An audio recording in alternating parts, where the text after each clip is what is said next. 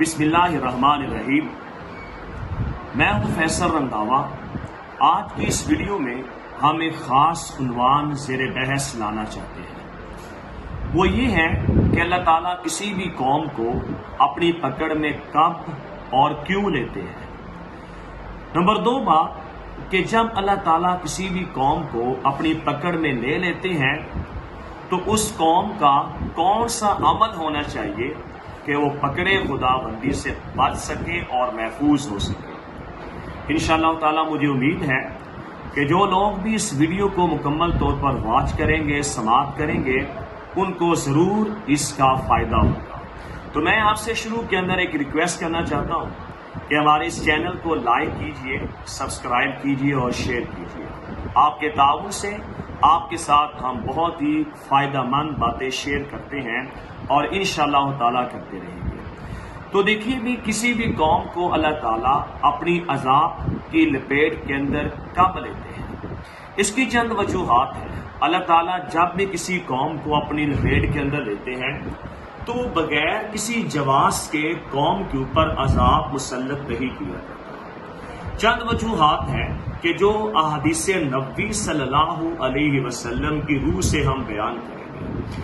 Number 1 وجہ کہ جب کوئی قوم ظلم کے اندر مبتلا ہو جاتی ہے، جب ظلم حد سے تجاوز کر جاتا ہے تو اس قوم سے یا اس ملک سے اللہ تعالیٰ کی رحمت کا خاتمہ ہو جاتا ہے، اور جب رحمت خدا بندی کا خاتمہ ہو جاتا ہے تو یقیناً وہ قوم اللہ تعالیٰ کی طرف سے عذاب کے اندر مبتلا ہو جاتی ہے۔ نمبر 2 بات یہ ہے کہ جو قرآن کریم کی آیت کے مطابق کہ من اعرض عن ذکری فإن لہ معیشۃ ضنکا، کہ جو قوم اللہ تعالیٰ کے ذکر سے انحراف کر لیتی ہے، منہ پھیر لیتی ہے، یقیناً اللہ تعالیٰ اس کی معیشت کو تنگ کر دیتے ہیں۔ اب آپ اپنے وطن عزیز کا ذرا جائزہ لیجیے۔ ہمارے وطن عزیز کے اندر ہر طبقہ ہی افسردہ حال ہے۔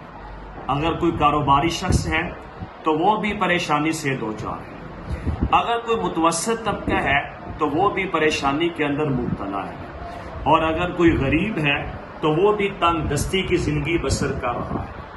اب اس کا سبب اگر دیکھا جائے ان کی معیشت کو کیوں تنگ کر دیا گیا تو قرآن کریم کی آیت کی روح سے اس کا جواب مل جاتا ہے کہ جو قوم اللہ تعالیٰ کے ذکر سے انحراف کر لیتی ہے، اللہ تعالیٰ ایسی قوم کی معیشت کو تنگ کر دیتے ہیں۔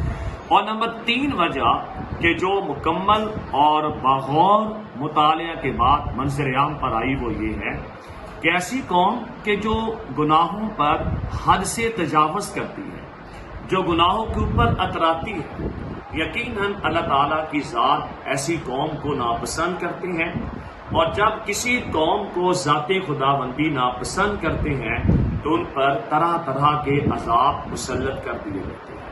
تو میں اس کو دہراتا ہوں، یعنی کہ 3 وجوہات ہیں کہ جن کی بنیاد پر اللہ تعالیٰ پوری قوم کو اپنی پکڑ کے اندر لے لیتے ہیں۔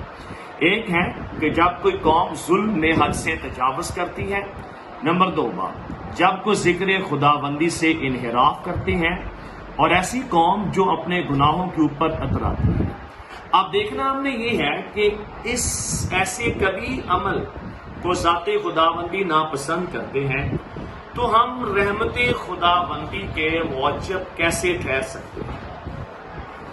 حضرت نوح علیہ السلام کی قوم سے ذات خدا بندی ناراض ہو گئے تو ساری قوم نوح علیہ السلام کے پاس اکٹھی ہو کر آ جاتی ہے۔ اس قوم نے کہا کہ اے نوح، اللہ تعالیٰ کی ذات ہم سے ناراض ہے، بارش نہیں ہو رہی، قحط سالی آ چکی ہے، تو اب ہم کیا کریں؟ معیشت تنگ ہو چکی ہے، جانور بھوک اور پیاس سے مر رہے ہیں، ہمارے بچے اور بھوک اور پیاس سے مر رہے ہیں، اب ہم کیا کریں؟ تو نوح علیہ السلام نے اپنی قوم کو جو مشورہ دیا، یہی مشورہ آج ہم وطن عزیز کے تمام افراد کو دیتے ہیں۔ انہوں نے یہ کہا کہ استغفروا ربکم، اپنے رب سے اپنے گناہوں کی معافی مانگو۔ اگر آپ اپنے رب سے گناہوں کی معافی مانگو گے، یقیناً ابواب رحمت آپ کے لیے پھر کھول دیے جائیں گے اور رحمت خدا بندی تمہارا مقدر بن جائے گا۔ شکریہ.